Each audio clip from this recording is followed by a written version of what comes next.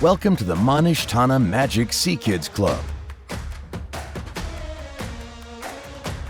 Hi, my name's Ilan Smith. I'm an illusionist, all the way from South Africa. My job is to travel the world and wowing audiences around the world. Do you know that every show I perform, I wear my yarmulke and tzitzit? That's right, I'm a proud Jew. Today, I'm going to take you behind the scenes and teach you a little bit of magic. But first, let's find out what's so magical about Pesach. Almost 3,000 years ago, our nation was freed from slavery in Egypt. Today, we celebrate the miracles with an 8-day holiday. On Seder nights, we replay the scene, making slavery and freedom as real as can be.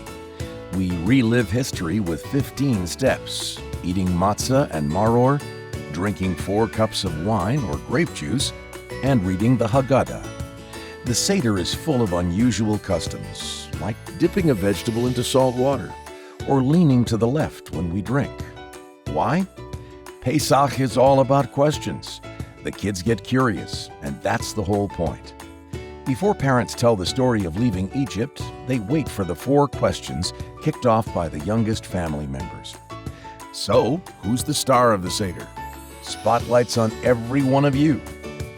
Why is this night different from all other nights? What's so special about the same 4 questions we ask every year? Well, this year we're doing things differently. Ready to uncover the Nishtana magic?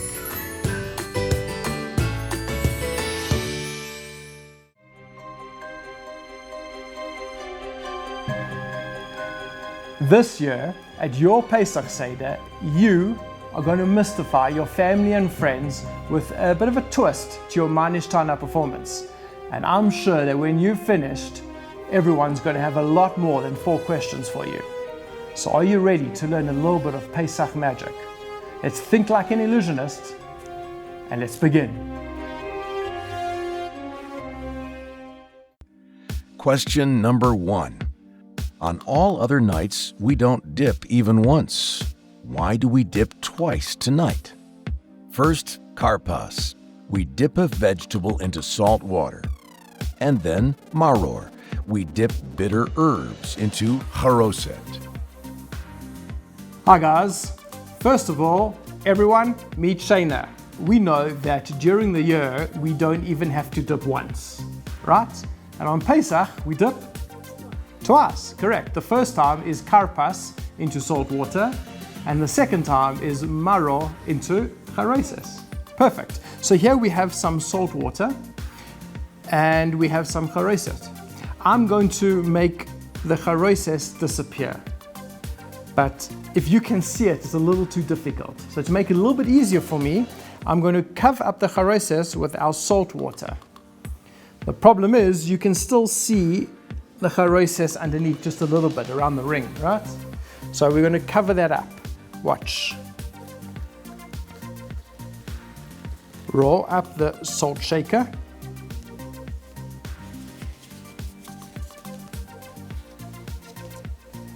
Okay, now you can't see the haroset. At the count of 3, guys, are you ready? 1, 2, 3. It doesn't always happen the first time round. We'll try it again. 1, Shayna, can I use your left hand? Put it on top. Watch. 1, 2, 3. What? Look, Shayna, it vanished. Not the haroset, but the salt shaker. It's gone. Back to you, Ckids. Watch how to do the magic trick for Nishtana question number 1. First of all, you guys received stickers. 1 for haroset and 1 for salt water. The salt water you would stick onto your little pull box, or you can actually use a salt shaker. And the haroset you're going to stick onto that little tag, that little disc that you got.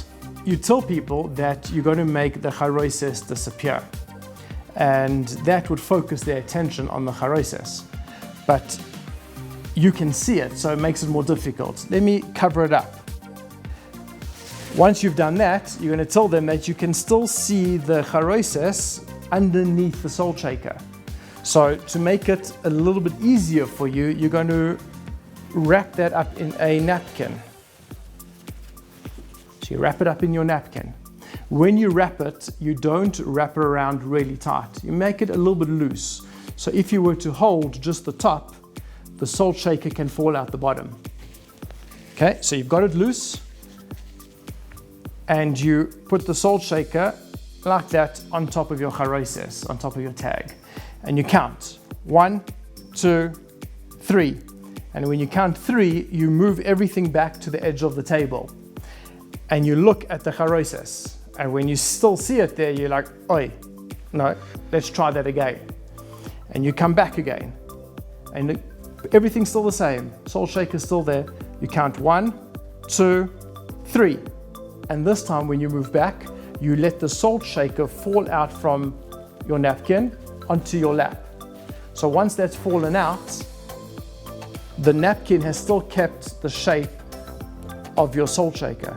So you put this on top of the charoises. Everyone thinks it's still got a salt shaker inside. Let's try it one more time. 1, 2, 3. And you can make it vanish. Now it's your turn to try.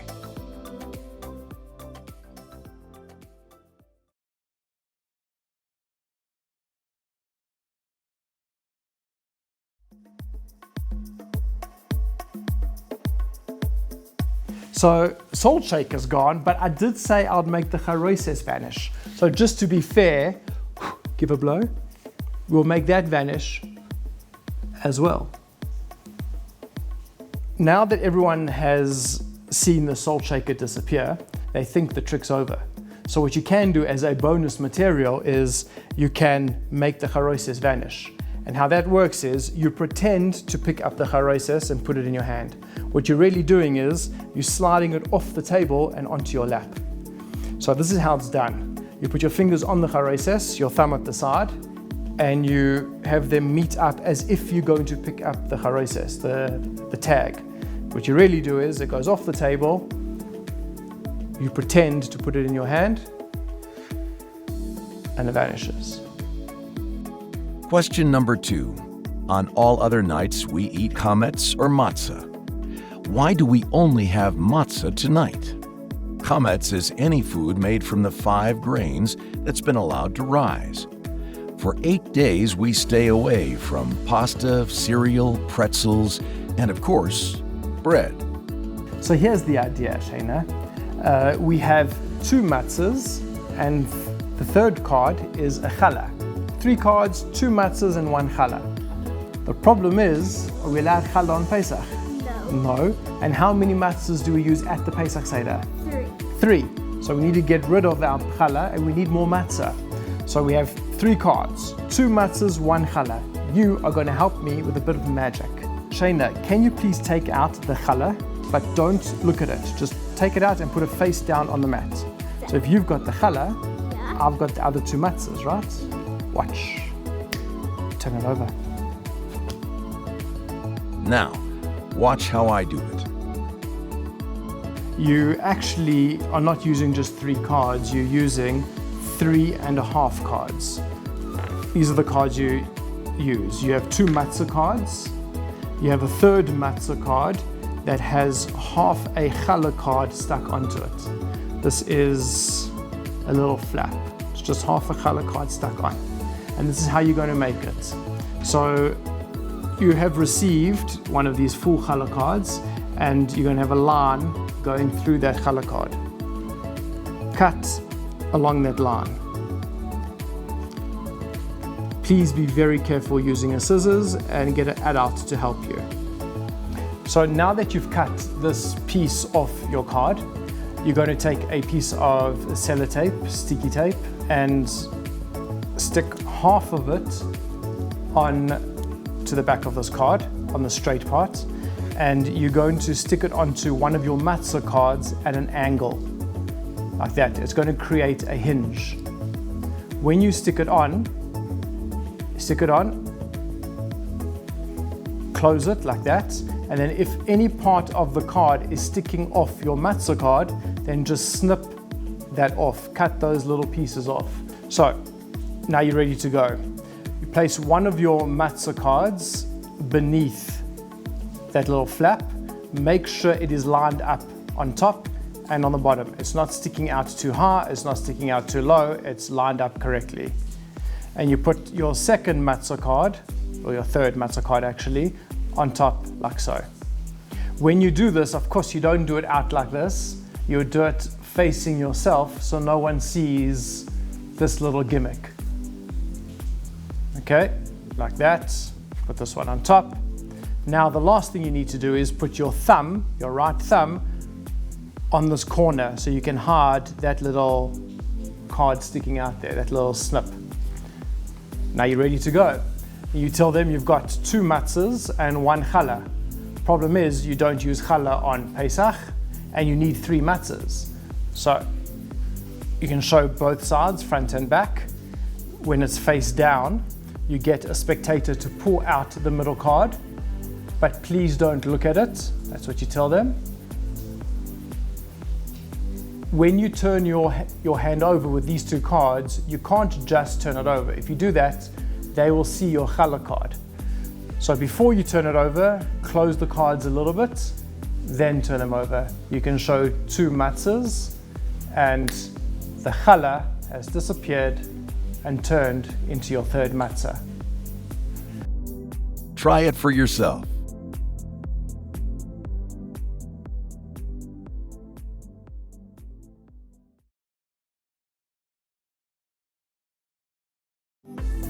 Question number 3.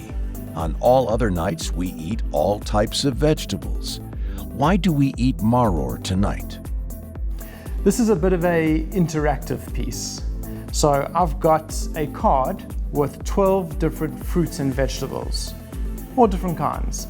Ari, I'm going to ask you to hold that for me and we're going to play a game. I'm going to turn my back to you so you can't see what I'm doing, okay? Hold it up like so. Perfect. My back's towards you. Now, Ari, I want you to choose any red square. Any fruit that is on a red square. Tell me once you've done that.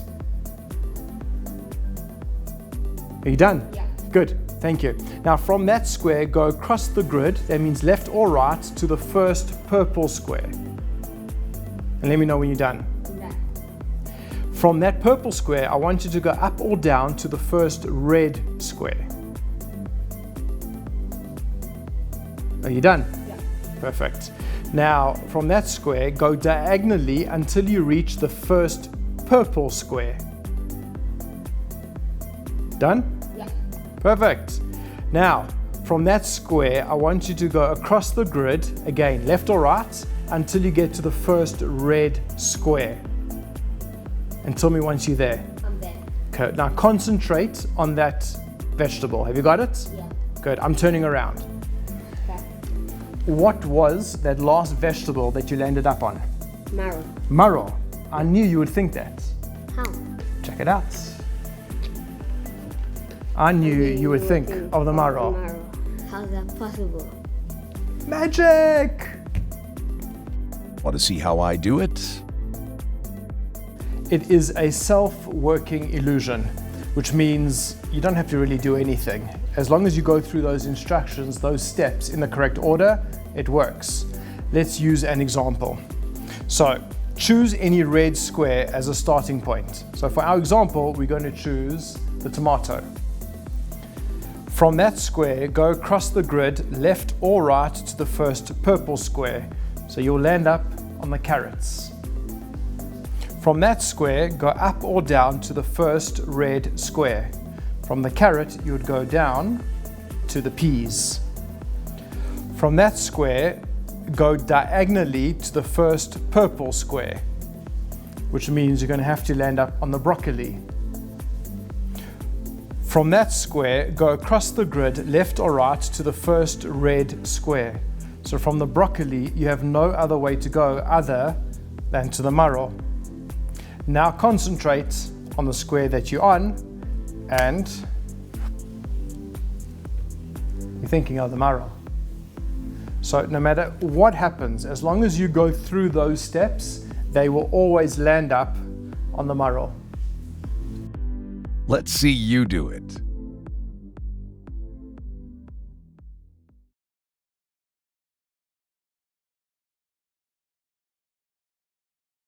Question number 4.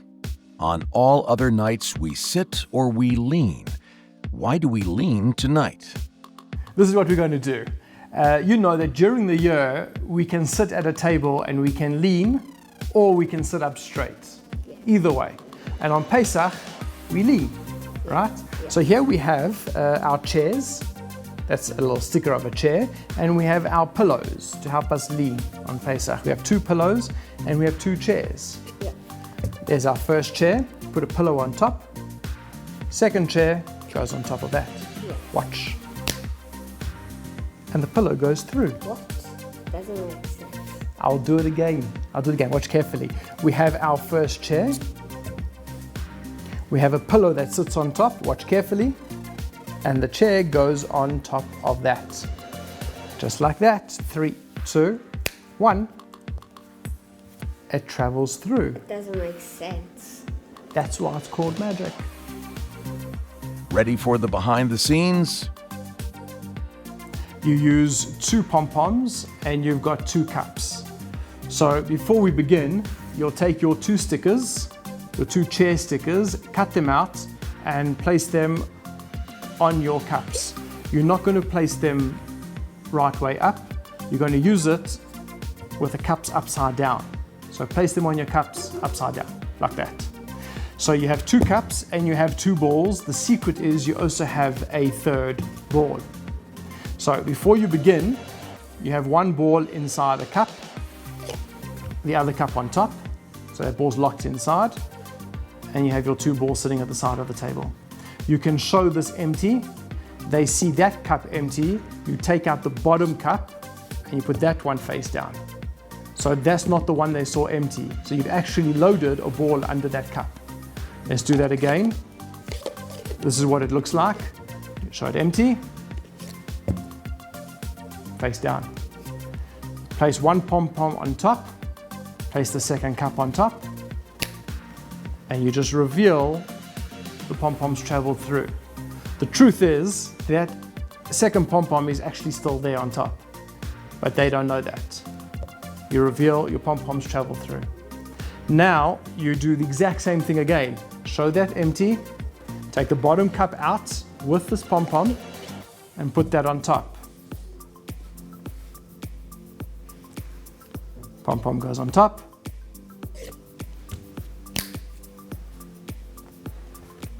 Two balls. That's it. You try it.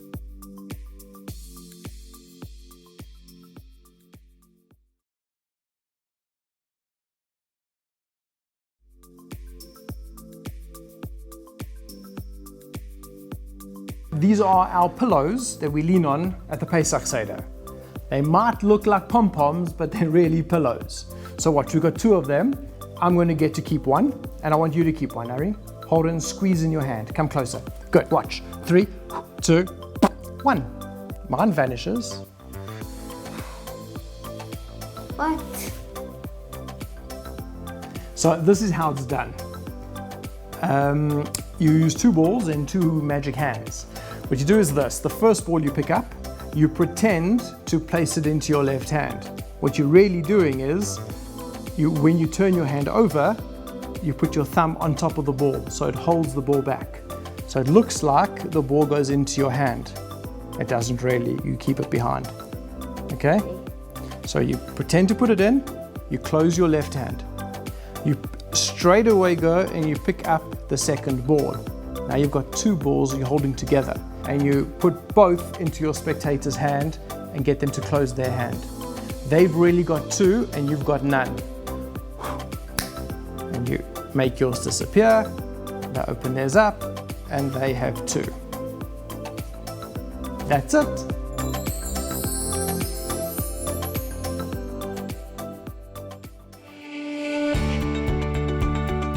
Wait a second, what about the answers to the Nishtana?